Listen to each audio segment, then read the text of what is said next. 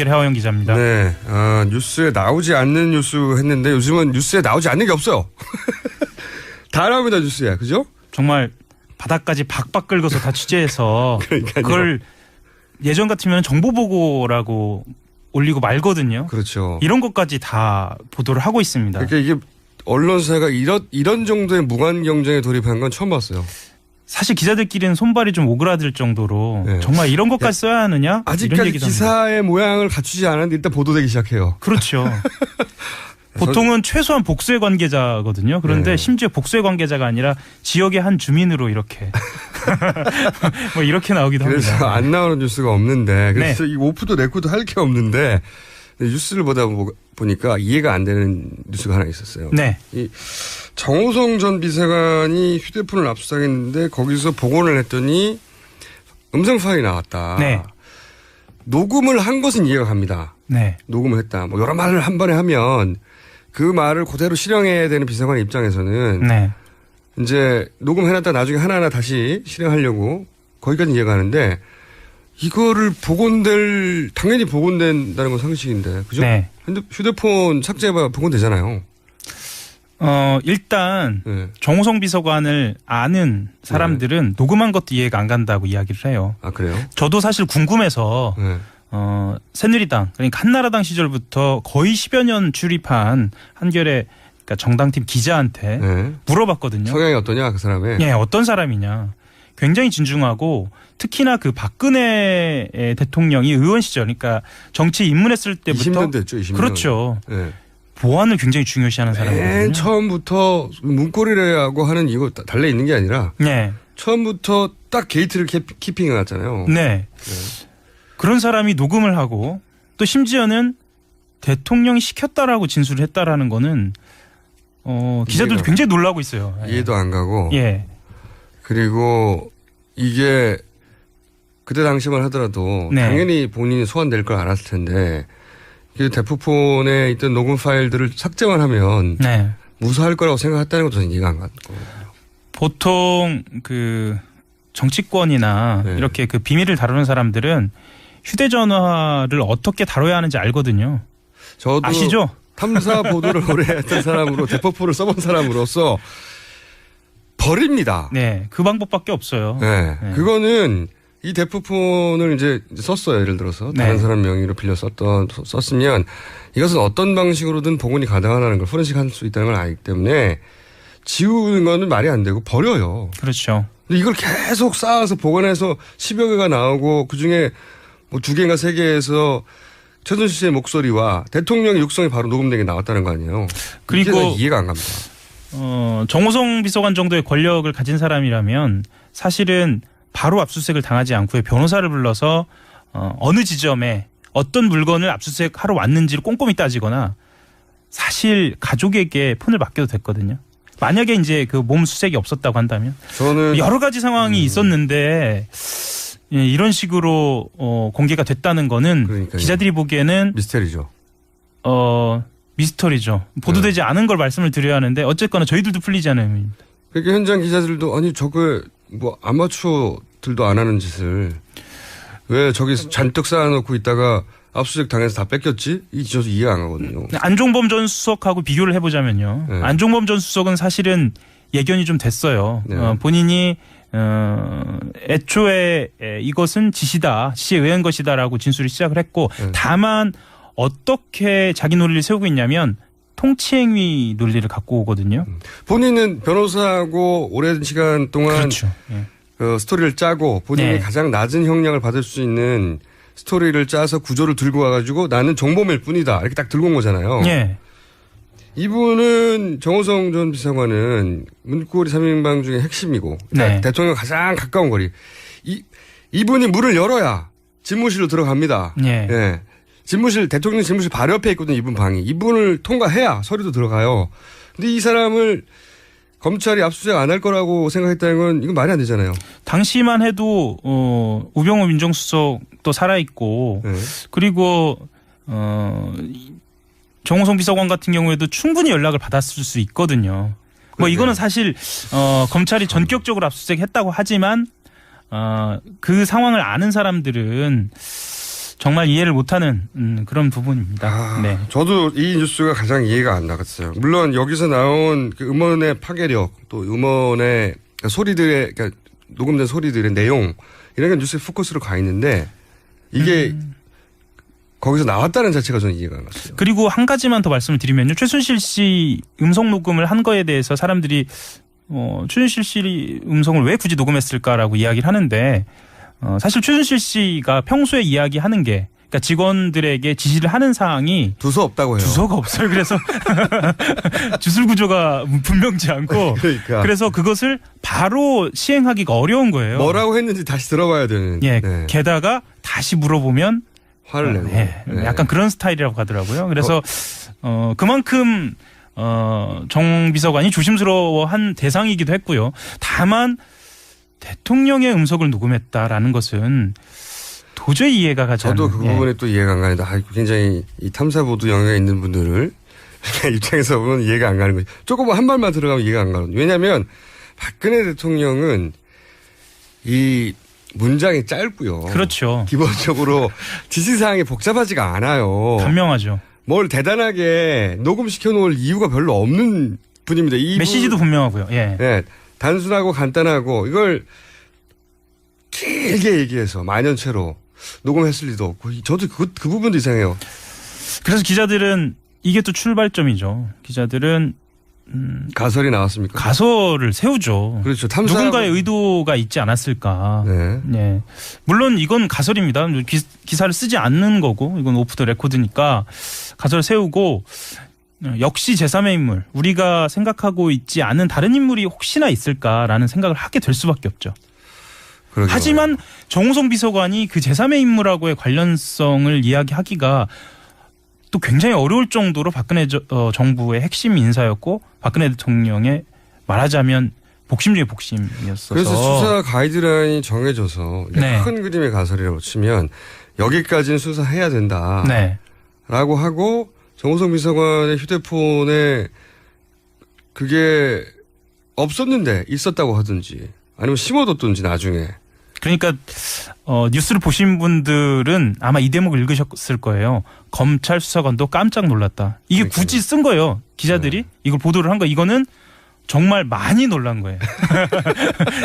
화들짝. 네. 네. 기사에 이 정도 놀랐다라는 표현을 할 정도면 검찰에서도 좀 많이 놀란 거예요. 주종 관계가 이 정도였나. 네. 그러니까 적어도 대통령의 비서관이고 비서실장 김기춘 비서실장이 정호성 전 비서관이 문을 열어주지 않으면 만나지 못하니까. 그렇죠. 서류를 전달하지 못하니까 정호성 비서관 앞에서 쩔쩔맸다는 거 아닙니까? 네. 이번에 좀 이것 좀 넣어달라고 결제해야 되니까. 그런 정도의 권력을 가진 비서관이 최순실 씨의 지시를 받는 태도는 쩔쩔매고 있으니. 예. 그 검찰들 입장에서도 이제 말로는 듣다가 이렇게 주종 관계가 확실한 사실 대통령이었던 거예요, 실제로. 그렇죠. 네. 예. 그거를 자기들의 기록 확인하는 거죠. 이 정도였나라고. 그래서 사실 공무원들도 약간 말하자면 패닉 상태, 멘붕 상태라고 합니다. 이 소식을 듣고 네. 오히려 이전에도 뭐 여러 가지 상황에서 멘붕이었지만 추정만 하다가 예. 실제 물증들이 나오는 거죠. 예. 사실 연설문만 봐서는 그랬을 것이다라는 거거든요. 그런데 이런 상황이 벌어졌다라는 것을 보고는 공무원들도 좀 멘붕 상태라고 합니다. 왜 이 기사가 안 나온지 모르겠는데 또 한 가지는 기자들이 이 기사를 왜 안 쓰는지 마구 쓰면서 이제 대포폰을 쓰는 부류는 제가 알기로는 제가 아는 한도 내에서는 두 부류예요. 하나는 범죄 조직하고요. 네. 하나는 탐사 보도를 하는 사람들. 그 허영 기자도 대포폰 써봤잖아요. 본인 그런 얘기를 막 하시나요? 왜냐하면 자신의 취재원이 네. 드러나지 않도록 하려면 예, 맞습니다. 다른 방법이 없어요. 그래서 이제 주변의 사람들 명의를 빌려가지고 그 폰을 쓰는데 그것도 좀 있으면 들켜요. 그럼 또 그거 버려야 돼요. 그러니까 이 두 가지 영역에서 제가 네. 알기로는 네. 범죄자들이 자신의 범죄 행위를 드러나지 않게 하도록 혹은 탐사보도 영역에서 기자들이 자신의 취재원을 보호하거나 신분이 네. 드러나지 않도록 저도 그런 맥락에 써본 적이 있긴 한데 이 소위 이제 취재원들 들키지 않으려고. 근데 대통령과 비서관이 대포폰을 이게 저는 이해가 안 갑니다. 그분들이 왜 이걸 쓰는 거죠? 이제 대포폰이라는 용어 자체가 바뀌어야 할 것 같아요. 그래서요. 차명폰 아니면 비밀폰. 네. 그 기사는 왜 안 쓰는 거죠? 그러니까 대통령이 자신의 가장 20년 최측근 네. 비서관과 대포폰으로 통화한 내용이 녹음돼 있다는 거 아닙니까? 이게 저는 이해가 안 간다는 거죠. 이게 대통령이 예를 들어서 공식적인 지시뿐만 아니라 이 비서관, 어차피 이 비서관은 대통령의 잡무를 다 하거든요. 네. 심부름도 시킬 수 있는 거예요. 사적인 심부름 어디 가서 뭐 사오라든지. 그게 다 그냥 일반적인 통화를 할 수 있는데 왜 굳이 대포폰으로 하냐 이거예요. 대통령하고 비서관이. 이게 기사는 왜 안 쓰는 거죠? 실제로 아마 그러니까 비선 라인을 가동하고 있는 박근혜 대통령 입장에서는 그 정호성 비서관의 위치에 대해서 뭐 다양한 이야기를 할 수 있도록 구분해 놓은 게 아닌가라는 생각도 좀 들어요. 저는 대통령이 이 비서관과 대포폰을 썼다는 자체가 아주 큰 얘기죠. 사실은 그렇습니다. 아주 큰 얘기고 이거 네. 자체로 스캔들입니다. 그러니까 대통령이 본인 스스로 불법임을 인지한 그죠? 그랬을 수도 있다라는 거죠. 예. 행위에 사실은 적극적으로 가담한 거거든요. 그 자체가. 본인이 하는 이야기가 공식적으로 용납되지 않는다는 생각을 하지 않으면 왜 대포폰을 씁니까? 본인 비서관인데. 근데 이제 그 언론 입장에서는 이게 지금으로서는 100% 확인되지 않은 상황이기 때문에 지금 검찰에서 수사를 하고 있는 상황이기 때문에 쓰기 좀 조심스러운 것도 있고요. 아니 그거는 그 자체로 예. 그렇게 추정하는 게 예. 추정하는 게 당연한 합리적 추론이죠. 합리적 추론이긴 합니다. 네. 또 관계자 발로 이야기를 또 내일쯤 한번 또 나오게 될지도 모르겠습니다. 근데 이제 이게 한 가지만 더 여쭤보면 이 대포폰 관련해 가지고 네. 지금은 이제 비서관과 대통령 간에 그리고 비서관과 최순실 씨 간에 대포폰이 사용되었다. 네. 라는 것까지만 들어왔는데 이 정도면 대통령과 최순실 씨 사이에도 대포폰이 사용됐다고 추정하는 게 당연히 합리적이지 않습니까? 추론은 가능하죠. 네. 합리성 여부를 떠나서. 아직은 여기에 관련된 물증은 예. 나온 적이 없죠. 나온 적은 없죠. 그리고 한 가지만 더 말씀을 드리면 최순실 씨가 사용한 폰이 10여 개로 밝혀져 있거든요. 그중에 확보된 것이 반이 안 됩니다. 그래요? 예. 그리고 독일에서 어떤 폰을 얼마나 사용했는지는 확실치 않습니다. 최순실 씨 폰을 뒤져봐야 되겠네요. 뭐 그렇죠. 예. 근데 예. 그 최순실 씨 폰을 뒤져서 뭔가 복원했다거나 뭔가 녹취되어 있다든가 이런 얘기는 아직 없는 거죠. 아직 나오지는 않고 있습니다. 최순실 씨가 입국하면서 그 정도는 처리하고 왔을려나요? 그리고 하루의 시간이 있었잖아요. 31시간. 아, 정말. 통탄할 시간이죠. 그 시간에 예. 대해서 이 검찰 출입 기자들은 뭐라고 합니까? 보통은요, 네. 거물급이죠. 거물급 인사들이 검찰에 출석할 때 시간을 좀 주거든요. 근데 지금 사안은 시간을 많이 줬잖아요, 독일에서. 그렇죠. 네. 지금 사안은 그런 사안이 시급한 사안이기 때문에 물론 이제 차은택 씨도 지금 공항에서 내리자마자 체포를 한다는 거 아니겠습니까? 네. 최순실 씨 돌아봤을 때 특혜인 거죠. 돌아봤을 때 당시에는 기자들이 그런 문제의식은 솔직히 말씀드리면 없었던 것 같아요. 그러니까 예. 통상적으로 입국 즉시 체포하지는 않으니까 예. 그 정도 아니겠느냐 생각했는데 돌아보니 이건 그게 아니었다라고 지금에서 생각하는 예. 기자들의 무능, 나태, 안일함. 그리고 되짚어 보면 네. 최순실 씨가 입국한 것 자체가 사실은 다들 약간 멘붕 상태로 빠져들었던 어떻게 상황이기도 이렇게 해요. 빨리 들어왔지? 예. 네. 그래서 시나리오설도 나왔고요. 시나리오 소리 안 나올 수가 없죠. 예. 안 온다고 하는 사람이 그러니까 입국했을 때 이미 작전을 서 있었던 게 아니냐. 물론 입국한 뒤에 돈도 찾았고요. 변호사들과 회의도 했고. 그것도 저는 말이 안 된다고요. 예. 지금 이렇게 금액과 관련된 기본적인 의혹이 많을 때 압수수색 계좌 동결을 하잖아요. 보통은 그렇다고 봐야죠. 예. 2분만 31시간을 풀어주고 2분만 입출금을 자유롭게 내버려뒀어요. 얼마가 빠져나가는지도 모르겠고 지금은. 그렇죠. 일단 돈을 찾았다라는 것만 확인이 된 거죠. 예. 그러니까 그것도 말이 안 되고요. 말이 안 되는 게 너무 많아요. 이 사건에 대해서. 예. 그중에서도 오늘 따져본 것은 그렇게 조심스럽고 20년간 비밀을 지키는 게이트키퍼 역할을 잘해왔던 정호성 전 비서관이 휴대폰을 압수수색 당했고 그 안에 사실은 최순실과 박근혜 대통령의 육성이 녹음된 채로 단순 삭제한 채 있었다. 예. 이게 미스터리다. 아마 다음 주까지 정호성 비서관의 수사 내용이 계속 보도가 될 건데요. 아마 이 본질적인 부분, 왜라는 부분에 대해서는 해결될지 잘 모르겠습니다. 그 부분에 대해서는 다음 주까지 저도 좀 알아서 모르겠습니다. 검찰이 압수수색했을 때 이게 있을 거라고 기대 못했을 거란 말이죠. 매우 높죠. 예, 못했을 가능성이 높죠. 예. 남겨 있는 거면 텅텅 비어 있다 이렇게 생각해야 되거든요. 보통은. 그렇죠. 예. 예. 이거는 아마추어들도 잡범들도 그렇게 합니다. 이해가 안 가요. 그냥 이게 가져다 줬다라고 표현을 해도 네. 예, 뭐 지나치지 않죠. 자, 그거 좀 취재해 주시고요. 네네. 다음 주에. 네. 별로 하시는 거 없죠, 요새. 요즘에요? 검찰로 넘어가서. 언론사 탐사 보도팀들 이제 할 일 별로 없어집니까? 보통 그렇습니다. 이렇게 게이트 사건이 벌어지면 주요 인물들이 검찰에 출석하기 시작하면 법조팀에서 하고요. 네. 손을 털었다고 하죠. 그러니까 이제 네. 탐사 보도를 할 예. 수 있는 영역이 남아 있긴 하지만 그 속도가 검찰 훨씬 빨라요. 이제 그렇죠. 이제 증인 그 피의자들 아예 잡았기 때문에. 다만 남아 있는 영역이 두 가지가 있습니다. 뭐가 하나는 있습니까? 재벌. 오늘 드디어 재벌. 압수수색했죠. 삼성. 네. 이거는 뭐 탐사보도 하는 사람들이 취재의 백미라고 꼽는 영역이죠. 네. 예, 삼성 하나 남아 있고 언급되고 있는 방산비리. 뭐 이렇게 남아 방산비리 있습니다. 정도. 예. 네. 또 하나가 있는데 그건 제가 귀뜸해 드릴게요. 조용히 듣고 가겠습니다. 자, 오늘 여기까지 하겠습니다. 하영 기자였습니다. 감사합니다. 그리고 이게 그때 당시만 하더라도 네. 당연히 본인이 소환될 걸 알았을 텐데 그 대포폰에 있던 녹음 파일들을 삭제만 하면 네. 무사할 거라고 생각했다는 것도 저는 이해가 안 가고.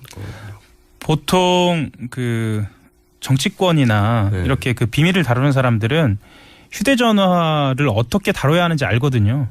저도 아시죠? 탐사 보도를 오래 했던 사람으로 대포폰을 써본 사람으로서 버립니다. 네, 그 방법밖에 없어요. 네. 네. 그거는 이 대포폰을 이제 썼어요. 예를 들어서 다른 네. 사람 명의로 빌려 썼으면 이것은 어떤 방식으로든 복원이 가능하다는 걸 포렌식 할 수 있다는 걸 알기 때문에 지우는 건. 얘기를 해요. 아, 그래요? 저도 사실 궁금해서 네. 새누리당 그러니까 한나라당 시절부터 거의 10여 년 출입한 한겨레 그러니까 정당팀 기자한테 네. 물어봤거든요. 성향이 어떠냐, 그 사람의. 예, 어떤 사람이냐. 굉장히 진중하고 특히나 그 박근혜 대통령이 의원 시절 그러니까 정치 입문했을 때부터 20년 됐죠, 20년. 그렇죠. 네. 보안을 굉장히 중요시하는 사람이거든요. 맨 처음부터 문고리라고 하는 이거 달려 있는 게 아니라 네. 처음부터 딱 게이트를 키핑해 놨잖아요. 네. 그런 사람이 녹음을 하고 또 심지어는 대통령이 시켰다라고 진술을 했다라는 거는 기자들도 이해가- 굉장히 놀라고 있어요. 예. 이해도 안 가고. 예. 그랬는데 그래서 이 오프도 내쿠도 할 게 없는데 뉴스를 보다 보니까 이해가 안 되는 뉴스가 하나 있었어요. 네. 이 정호성 전 비서관이 휴대폰을 압수당했는데 거기서 복원을 했더니 음성 파일이 나왔다. 네. 녹음을 한 것은 이해가 갑니다. 네. 녹음을 했다. 뭐 여러 말을 한 번에 하면 그 말을 그대로 실행해야 되는 비서관 입장에서는 네. 이제 녹음해놨다 나중에 하나하나 다시 실행하려고 거기까지 이해가 가는데 이거를 당연히 복원된다는 건 상식인데, 그죠? 네. 휴대폰 삭제해봐 복원되잖아요. 일단 네. 정호성 비서관을 아는 사람들은 녹음한 것도 이해가 안 간다고 이야기. 말이 안 되고 버려요. 그렇죠. 근데 이걸 계속 쌓아서 복원해서 10여 개가 나오고 그중에 뭐 2개인가 3개에서 최순실 씨의 목소리와 대통령의 육성이 바로 녹음된 게 나왔다는 거 아니에요. 그리고 이게 이해가 안 갑니다. 정호성 비서관 정도의 권력을 가진 사람이라면 사실은 바로 압수수색을 당하지 않고 변호사를 불러서 어느 지점에 어떤 물건을 압수수색하러 왔는지를 꼼꼼히 따지거나 사실 가족에게 폰을 맡겨도 됐거든요. 만약에 이제 그 몸 수색이 없었다고 한다면 저는 여러 가지 상황이 있었는데 이런 식으로 공개가 됐다는 거는 그러니까요. 기자들이 보기에는 미스테리죠. 미스터 연결 하호영 기자입니다. 네, 뉴스에 나오지 않는 뉴스 했는데 요즘은 뉴스에 나오지 않는 게 없어요. 다 나옵니다, 뉴스에. 그죠? 정말 바닥까지 박박 긁어서 다 취재해서 그러니까요. 그걸 예전 같으면 정보보고라고 올리고 말거든요. 그렇죠. 이런 것까지 다 보도를 하고 있습니다. 그러니까 이게 언론사가 이런 정도의 무관 경쟁에 돌입한 건 처음 봤어요. 사실 기자들끼리는 손발이 좀 오그라들 정도로 네. 정말 이런 것까지 써야 하느냐? 이런 아직까지 얘기도 합니다. 기사의 모양을 갖추지 않았는데 일단 보도되기 시작해요. 그렇죠. 보통은 최소한 복수의 관계자거든요. 그런데 네. 심지어 복수의 관계자가 아니라 지역의 한 주민으로 이렇게 뭐 이렇게 나오기도 그래서 합니다. 안 나오는 뉴스가